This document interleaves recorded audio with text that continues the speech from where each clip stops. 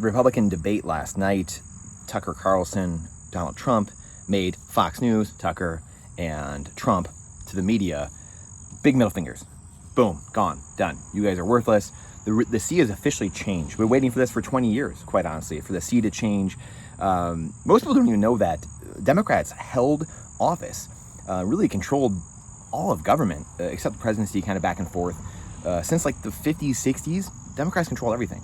And that was largely due to, you can say, Walter Cronkite, to the media being so one-sided, and the country not even seeing remotely both sides of the aisle. My grandfather was a union member in Michigan, and worked in the sheet metal industry, and built many, helped build many of the iconic buildings that are up and around Detroit. Some of them are gone now, the Silver Dome, stuff like that, where the Lions used to play, and many of the skyscrapers downtown, not the old ones, older ones, but some of the newer ones.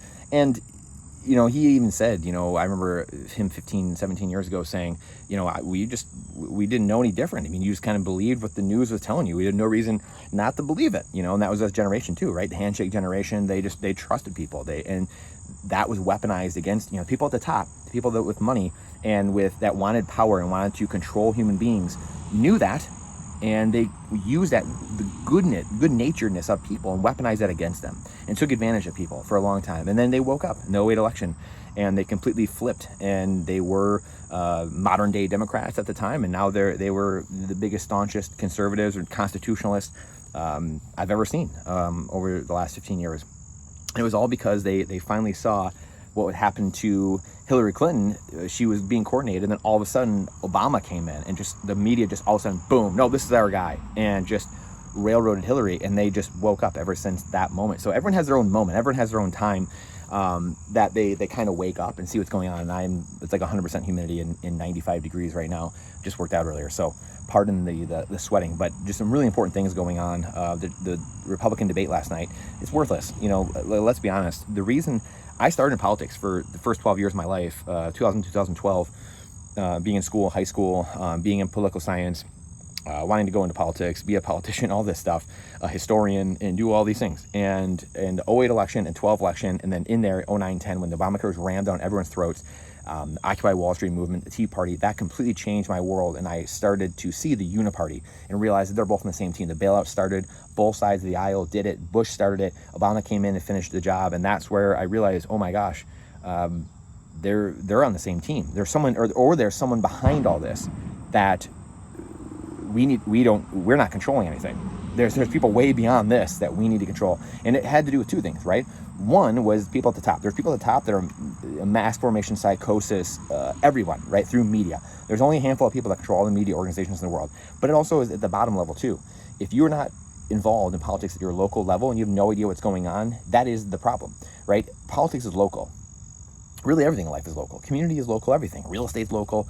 And because people aren't focused on their local elections, that works from the bottom up. And it leads all the way to people thinking the only thing that matters is the federal government. Just vote for a senator or two, maybe, and mainly the president. And then they know the government, people that want control and power know that. And they only have to get one person elected, and then the whole system, no one even knows what's going on beneath there, because people are so unplugged. They don't know their community. They're just inside the last 20 years, looking at screens, looking at TVs, looking at tablets. They have no idea what's going on, playing video games. They have no idea. They're getting squished by the monetary system through inflation and printing of currency. So they're more and more dependent. So they're going to do whatever it is the government tells them to do, because they're at the literal mercy of the government. And they know there's no one paying attention at the local levels, the state levels, no idea what's going on. So they can get away with whatever. They can pass all kinds of rules. They can, election fraud. They can do whatever, right? They can change mail-in balloting. They can mail-in voting. They can do everything, right? They can open the borders up. They can have people stream across the border. They can change gun laws. They can change all these different things. And people have no idea what's going on. Literally no idea. Again, name me 5 bills that were just passed in the last 6 months in your state. Name me 5 bills that you know of that were passed in your state just in the last 6 months, last year. Could you name 2, 3? That's the problem. And even informed people that are well informed, still have no idea what's going on, and are still so focused on this political fighting at the top and worthless debates. Doesn't matter. And that's where, at the end of the day, I realized the money was a broken thing. If you control the money, you control everything. And then it led me into reading The Creature from Jekyll Island. It led me into the Rothschilds. Hundreds of years ago, Mayer Amschel Rothschild saying, I care not who makes the laws. Give me the control of the money and I control the world. That right there, that one line from one of the wealthiest people in the world, and really one of the godfathers of central banking, shouldn't that tell you all you need to know? Shouldn't that be it? Shouldn't that literally be all you need to know? So if you're telling me that you don't care who makes the laws, as long as you control the money, you control everything, then why am I caring? Why am I even paying attention to who makes the laws? Now, I might sound like I'm contradicting myself, but at the same time, in the local level, it's still important. You still need to know what's going on in your local level to be able to have a world where you're plugged in and your community is the people that know you the best, and you know the people in the community the best. So you have to be plugged in there. But that's really the only community or government that should be operating. We shouldn't need anything really, at least above a state government. You shouldn't even need that. You should have a local government, and you should have maybe a state government, right, with a bigger territory, and that's it. The farther you get away in governance, the farther you get away literally and physically, the less empathy there's going to be for the people, because they have no idea. DC has no idea what you need or what's going on in your world. That's why it doesn't matter until you control the money, right? Until you fix the money. And that's where, again, I went to gold and silver, and then I found Bitcoin years later. 10, 12 years ago, I found gold and silver, figured out, and that's when I learned through Mike Maloney and Robert Kiyosaki that gold was taken out of the money. Money ceased being, our currency, the dollar, ceased being money in 1971, really probably 1964. And that's when everything changed. 1913, 1933, 1944, 1964, 1971. All these dates, huge dates, and monetary dates. All you got to do is Google those dates and see what happened in those dates. A little bit of homework and see what happened. And this monetary system is literally all the weapons pointed against the 99%. And until you control the money, it's not going to matter. Until you put the issuance, like our founding fathers warned, until you put the issuance of money back in the hands of private citizens, it's not going to matter. It's not going to matter who you vote for, Vivek, RFK. It's not going to matter, guys. It's not going to matter. Look at Trump. Trump was going to drain the swamp. He didn't drain the swamp. I wasn't for Trump initially. I thought he did a decent job for when he was in there. I think he missed the boat massively and screwed up big time by letting Fauci do what he did, which, hindsight's 2020. It's hard to know in the moment, but unfortunately, believed too many of his advisors around him that didn't have his best interest and didn't have the country's best interest at heart.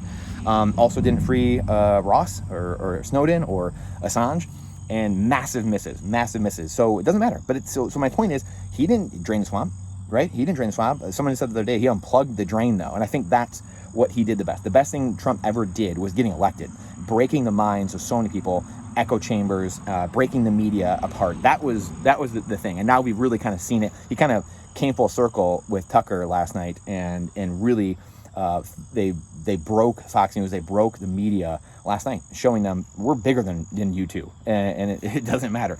Decentralized media, decentralized money, decentralized religion, separation of church and state, separation of money and state, separation of media and state, all these things, that's the future. That's where freedom and liberty lie. That's why the people win. The 99% win. Truth will win. Objective truth will win. It always does. It might take a while. There might be pain in between there, but it's going to win. And I want to speed up that curve. That's the only reason we're here, is our kids. Bunch of children here that I want to minimize the collateral damage. I want to minimize the heartache. I want to minimize the impact and the hardship people are going to face in the interim here. And that's where going from gold and silver, realizing that our money was broken, led me to Bitcoin 5 years later in 2016, 17, and 18, and realizing, oh my gosh, this is the first time in human history we've had true money, a true finite store value, completely equivalent to time. We've never had that before. Even gold and silver has a couple percent, 2% inflation rate each year. We've never had this before. And money that works at the speed of sound, has all the properties, the hardest asset we've ever discovered as human beings. The light bulb came on, and I realized, oh my gosh, because I had this thing 10, 12 years ago that everyone wanted freedom, or 90% of people want freedom, right? We can all galvanize around the Constitution and freedom. But that was before I understood the money was broken, 12, 15 years ago. And now we can all galvanize around the fact that we want our property, our wealth, our liberty, our freedom, and Bitcoin gives us all that. Bitcoin is the Constitution. The white paper is the Constitution, the Declaration 2.0. It really is, but it's global now. It's not just regional. It's not just in the borders of the United States. It's now global, and that's the difference. So the debate, who cares at the end of the day? And that's my message. Who cares? If you came here looking to see a recap of who did what, you are literally in the wrong playing field. You are on the wrong planet. You're in the wrong stadium, and you're playing a game like Jeff Booth says. You can't fix the current system from the current reality. Can't do it. You have to have a new system. You have to have a complete new system. That's why the sinking legacy monetary fiat system is sinking. The Titanic slowly beneath the waves. And those of us at sea have seen this for years coming, decades, are on the Bitcoin life raft, waving at the ship and saying, good luck. And while people on the ship, on the Titanic, are saying, yeah, good luck in that volatile ocean. Good luck. It's so crazy out there. This thing can never sink. The US dollar can never sink. America can never sink. This aircraft carrier can never sink. The Titanic can never sink. And it might look like it's tough in that little Bitcoin life raft out there. It's so nascent. It's only $500 billion asset. Oh, it's nascent. But when you back away in that Bitcoin life raft, you can see the ship as you're waving. It's clearly sinking. You're yelling at those people, get off the boat, get off the ship. It is sinking. Get into this life raft now. Appreciate you. Please share this out. Algorithm Hates Truth. Please share out other videos. Check the blog. The link in the description at the bottom is our blog as well. Please check that out. The written versions of many of our videos here. So please check that out. I appreciate you being here. Thank you again for coming to my TED Talk. Trust but verify. Question everything with boldness, even the existence of God himself. And this is not financial advice. It's freedom advice. And I look forward to seeing you on the next one.